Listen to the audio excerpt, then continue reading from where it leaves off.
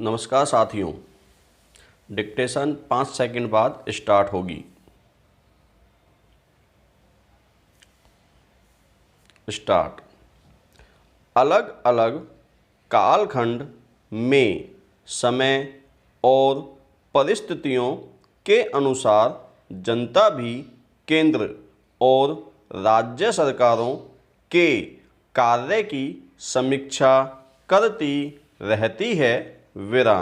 उसे यह अधिकार भी है और प्रजातंत्र में उसे इस अधिकार का प्रयोग करना ही चाहिए।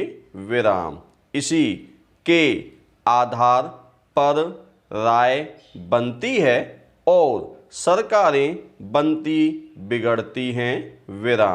बहुत बड़ी दुर्घटना के रूप में केंद्रीय राजधानी दिल्ली के दंगों से प्रारंभ करना उचित होगा, जिसमें पक्ष विपक्ष का चरित्र भी सामने आ सकेगा। दिल्ली के दंगे सुनियोजित थे, यह आप पार्टी के पार्षद के कार्य व व्यवहार से स्पष्ट हुआ है। ऐसी मानसिकता क्यों बनी कि दिल्ली के अभूतपूर्व दंगे हुए? जनता यह सोचती है कि यह दिल्ली व केंद्र सरकार के सूचना तंत्र की विफलता है। दंगे कई मोहल्लों में हुए और जहां अल्पसंख्यकों का बहुमत था, वहां पर अधिक प्रभाव रहा। गलियां संकीर्ण बताकर अपना पल्ला झाड़ लेने से राजधर्म का निर्वहन नहीं होता।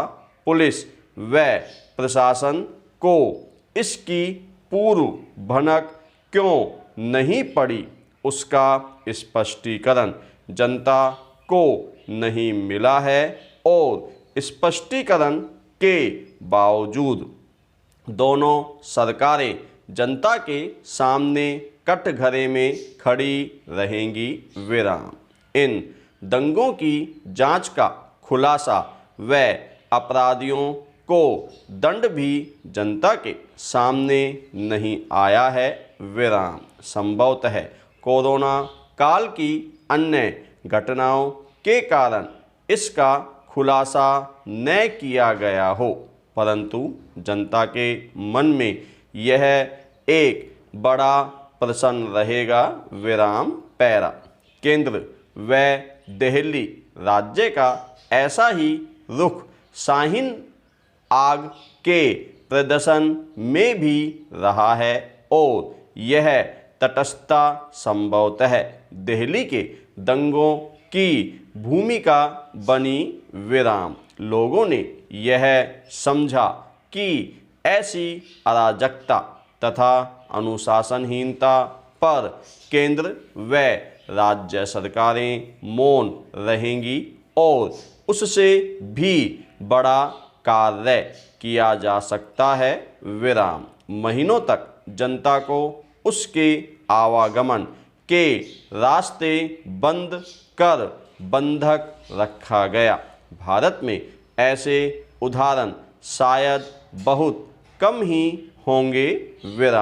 जनता समझने लगी कि केंद्र व राज्य सरकारें पंगु एवं विवश रहकर केवल बर्बरता व नृशंसता का भी तमाशा देखती रहकर एक दूसरे पर आरोप लगाती रहेंगी।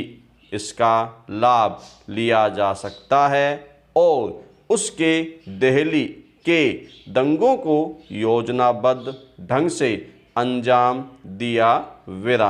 जान माल का भीषण नुकसान होता रहा और सरकारें सक्रिय गलियों को दोष देती रही। सब कुछ चलता है कि इसी मानसिकता से निजामुद्दीन मरकज जैसी स्थिति आई, विराम। हजारों लोग आते जाते रहे, देश से ही नहीं विदेश से भी, विराम। इसने भारत में एक गैर जिम्मेदार तथा भ्रष्ट प्रजातंत्र की पोल खोल दी है, विराम। इतनी ढिलाई, इतना अज्ञान, इतनी अनुशासनहीनता, इतनी गैर जिम्मेदारी, इतनी अकर्मण्यता, इतनी असंवेदनहीनता कि सारा देश कोरोना से तबाह हो गया।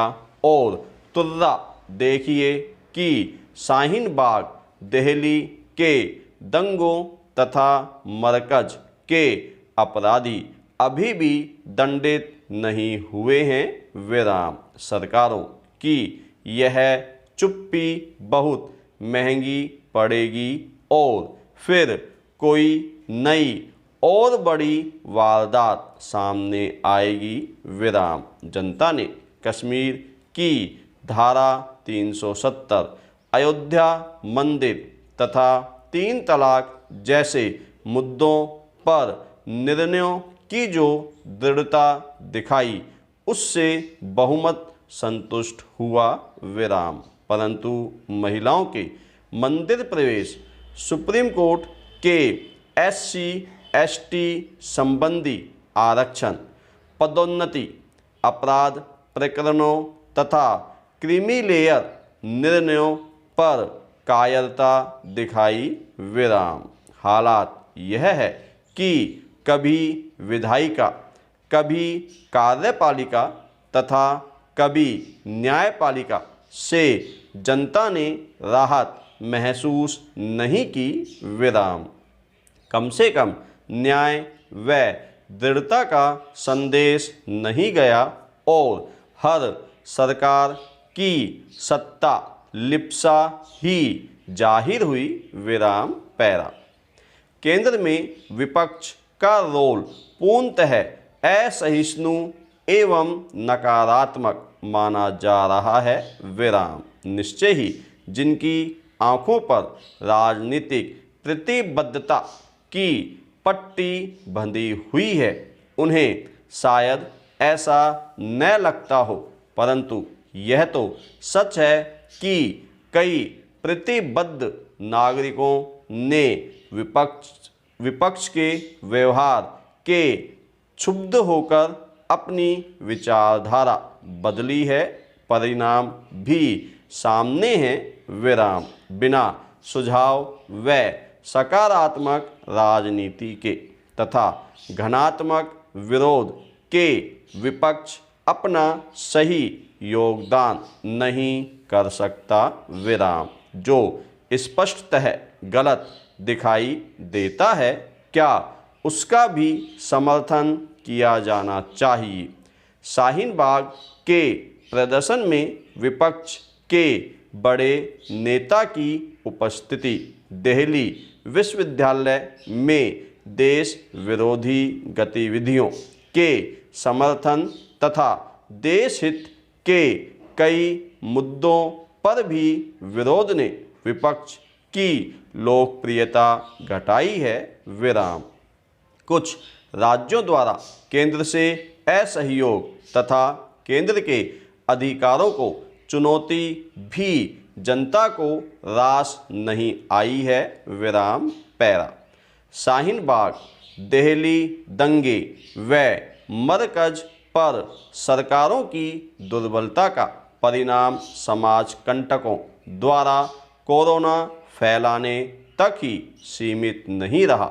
वह पुलिस व स्वास्थ्य कर्मियों के साथ अश्लील, अनैतिक, अनुशासनहीन व्यवहार, अराजकता, उच्च श्रृंखलता तथा उद्दंडतापूर्ण दुर्व्यवहार से भी सामने आया, विराम। समाज कंटकों के इस दुस्साहस के लिए भी केंद्र व राज्य सरकारों की कायरता प्रदर्शित हुई है, विराम। समाज कंटक अपराधी हैं और उनके साथ अपराधियों जैसा व्यवहार होना चाहिए, बारातियों जैसा नहीं विराम पैरा।